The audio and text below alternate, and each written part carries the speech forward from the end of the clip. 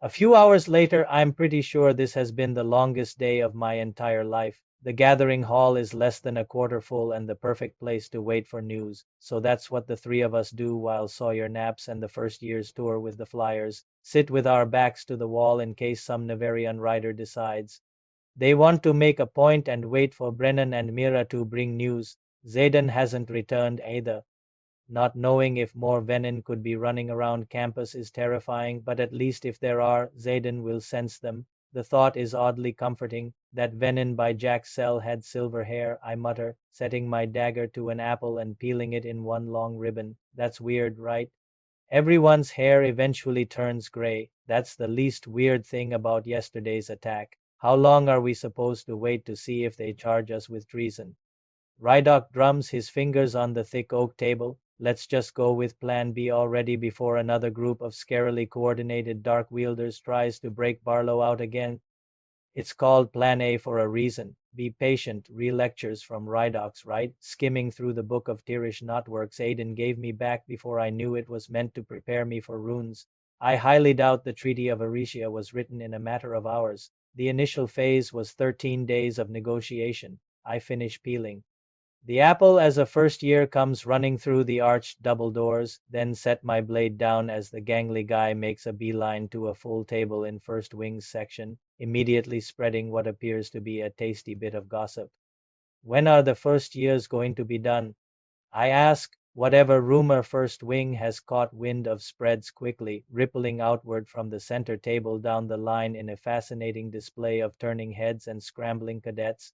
No clue, Ree says, turning a page. I'm just hoping it's a peaceful bonding experience, since I'm fairly certain there's some kind of love triangle going on between Evelyn, Bela, and Kai, which I normally wouldn't stress about. It's not like Aetos cared who any of us were fucking last year, so not true. Ridoc snorts and shoulder bumps me. I glance over at the next table to make sure Dain didn't hear, but he's clearly engrossed in conversation with a group of third years, including Imogen and Quinn, but they keep. Wrinkles her nose, squabbling. It isn't helping integrate the flyers in this hostile environment, and it's screwing with their interpersonal dynamics. Ridoc's fingers pause, and he takes note of the pattern I've been watching. News spreads from person to person, and riders start scurrying out of the hall. You seeing this? I nod and sheathe my dagger, leaving my apple uneaten. She closes the book and looks up. You think they'll win? A brunette in third wing asks excitedly, slamming her pewter mug down on the table across from us. No fucking way. It'll be a bloodbath, the guy next to her replies, catching my gaze and quickly averting his as he gets up from the table, grabbing his flight jacket and abandoning his drink. Something's happening. A quick glance down the tables makes my skin crawl. The only riders left in the gathering hall are Aretian. All three of us rise as a stocky cadet barrels through the double doors, and I spot first year rank and his name tag, Norris, a second before he throws his hood back, revealing his familiar face, Baylor. Apprehension slithers between my shoulder blades at the panic in our squad mate's brown eyes, the worry creasing the dark brown skin of his forehead. They're here. He shouts over his shoulder, and Sloane races in behind him. I grab my jacket and slip out from behind the table to meet the first years in the middle of the gathering hall. What's wrong? You have to do something. Sloane stares past me to Rhiannon. She hasn't been able to look me in the eye since she siphoned the life out of my mother. First wing grabbed one of tail section's flyers in the courtyard, and they're forcing a challenge. My stomach hurtles to the floor. If so much as a drop of flyer blood is shed, it could end the peace talks. Beinhaven's insisting at knife point. Baylor all but growls. A wing leader is orchestrating this. There aren't enough four-letter words in the world. Article 4, Section 4. We need another wing leader. Let's move, Rhiannon orders, and they sprint toward the door. Ridoc sliding past me as I turn back to the third years. Dain. I shout, and his head jerks up, his familiar brown eyes finding me instantly. We need you. Without waiting for his response, I take off after my squad, shoving my arms into my coat. Dain catches up before we hit the far side of Commons, and the rest of the Aretian riders aren't far behind him. We burst through the doorway of the rotunda into the courtyard, and my gaze sweeps over the crowd, taking stock of the situation.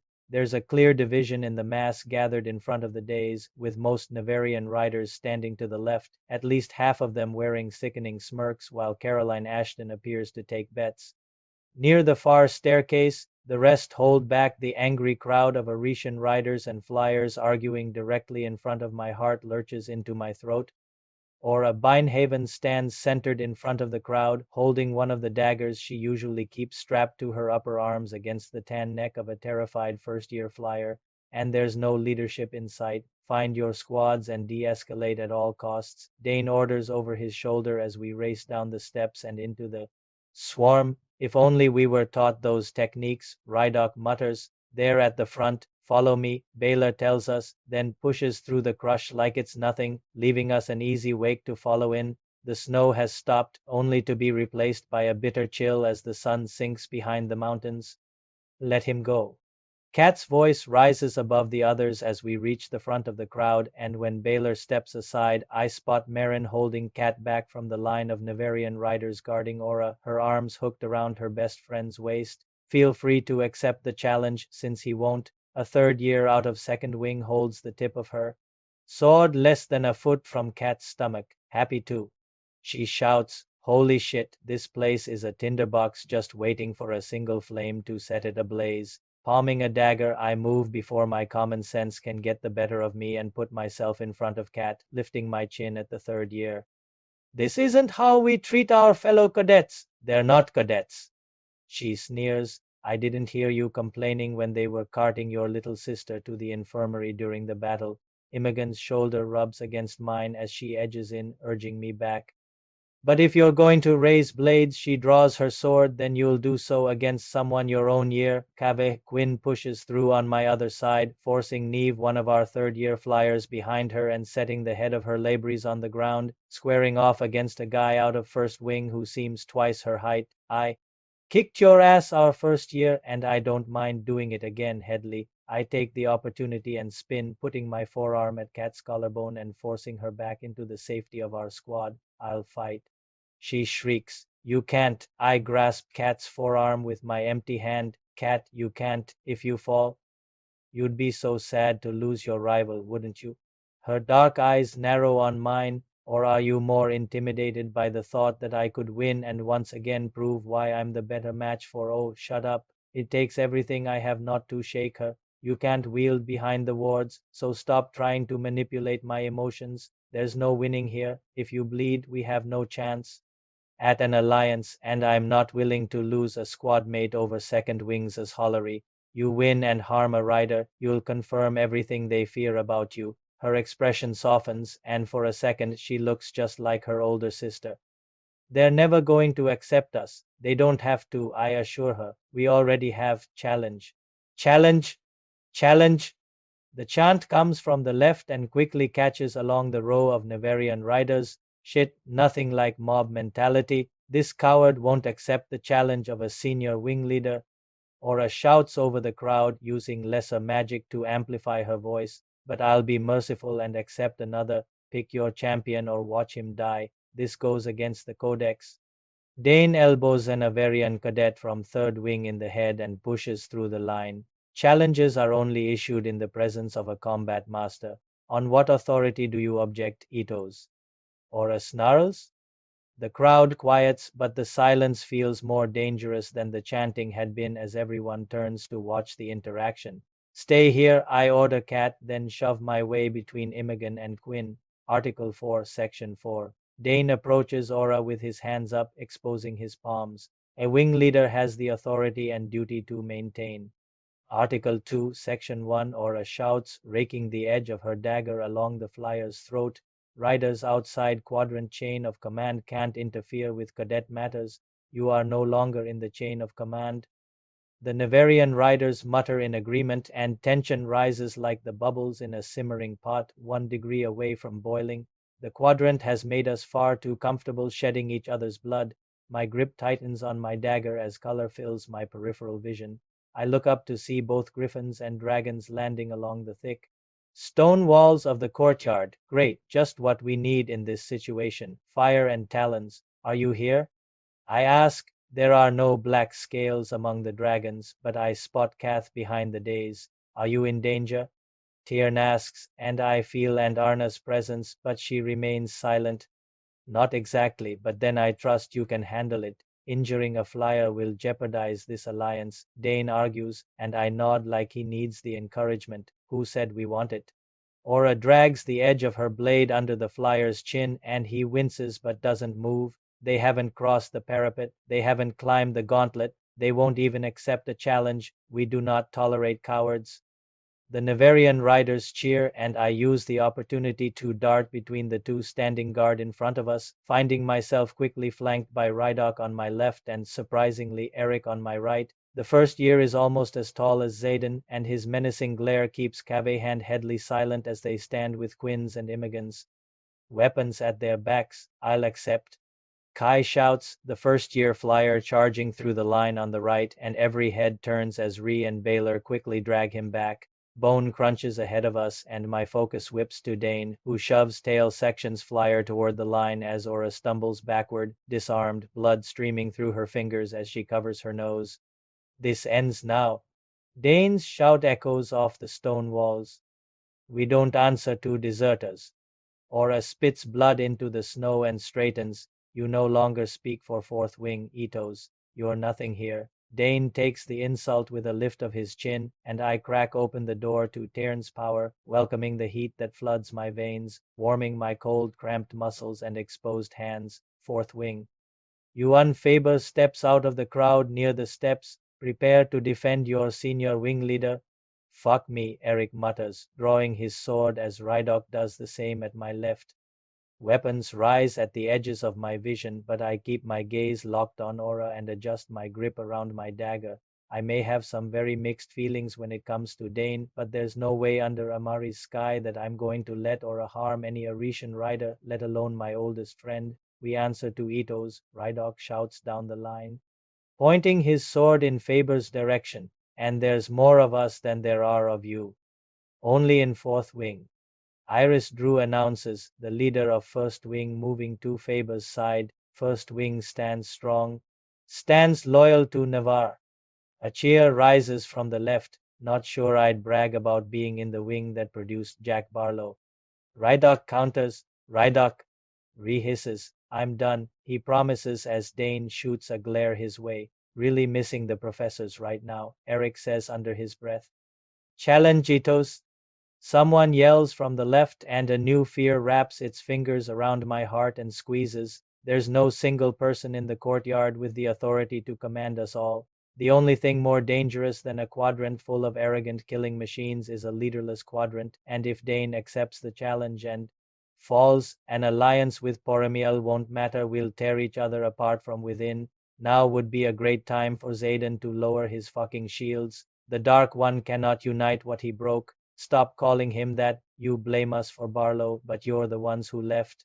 Aura motions at our side of the formation, displaying her bevy of patches beneath the one that indicates her fire-wielding signet as she stalks toward Dain. Dain draws his dagger and drops it in the snow, facing Aura unarmed. I'm not raising my blade against you, Beinhaven. That's a choice, Eric says quietly. He's going to talk her down. One by one, I flex my fingers along the hilt of my dagger, prepping my hand for movement as power hums within me. Yes, we left, Dain continues, his hands closing into fists, but we also returned. Aura reaches for her shoulder as if forgetting she already used and lost that dagger, but she doesn't draw the sword at her hip. Did it occur to any of you that they only attacked because they knew we weren't at full strength? That your desertion allowed the wards to fall in the first place? Ouch, we chose truth, Dain shouts back, a vein bulging in his neck. We chose to defend the helpless, you chose to break the riot. Fracture the quadrant? Aura counters, pointing her gloved finger at Dain's chest as she approaches him with slow, methodical steps that elevate my pulse.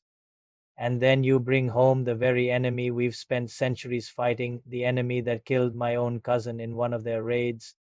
And you think we should welcome them into the heart of the kingdom they've been trained to destroy?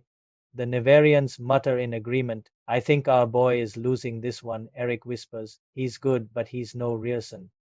Xaden hadn't just led Fourth Wing, he'd commanded the respect and fear of the entire quadrant. My jaw clenches. but he isn't a cadet anymore, and the entirety of the Riders' Quadrant will only answer to one of its own. He can't unite what he broke. Xaden can't fix this, I murmur, mostly to myself. Fuck it, I hate when Tyrn's right.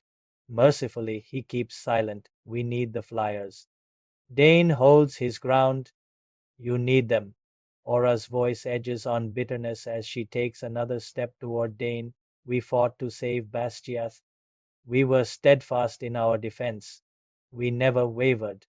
Another chorus of cheers resounds as she turns to the quadrant like a politician. He can't win the crowd. She's going to really challenge him, Eric warns, his gaze darting over the audience of dragons and gryphons, and I suddenly remember exactly who he is. Any chance you have an affinity for public speaking? I ask Eric, undoing the first button on my flight jacket as the heat builds. It certainly runs in your family. Was it the shunning of my birthright in favor of a high probability of death that gave me away? He responds, his tone dry. I take that as a no. What do you say? Their strongest against our strongest? Ora taps her bloody hand over her heart. I'll make you a deal, wing leader. Defeat me, and your flyers live to see the morning. Fail to rise to the occasion, and we'll stain this courtyard red. The Navarrian's roar of approval rattles my teeth. Dain isn't the strongest, Andarna points out. Dain can take her in hand to hand. Nepotism isn't the only reason he earned his rank, and wielding isn't allowed in challenges. I watch every motion as Aura tugs at the fingers of her glove instead of reaching for another dagger or her sword. My stomach tenses. There's only one reason she'd need her hands bare. Fire trumps memory wielding. Every time Aura gestures to the hard-packed snow between them. Let this serve as our mat. What would our combat master say? She asks the crowd. Begin. The whole of First Wing calls out, I'm not fighting you, Aura. Dain roars, I'm fighting you. Aura fidgets with her glove, and I flip my dagger, holding it by the tip. Or have you really turned coward? Just another rebel who needs to be marked as such. Marked, rage narrows my eyes. Dain isn't the strongest. Andarna repeats, and this time I get the point. I am. Aura whips off her glove and flares her hand.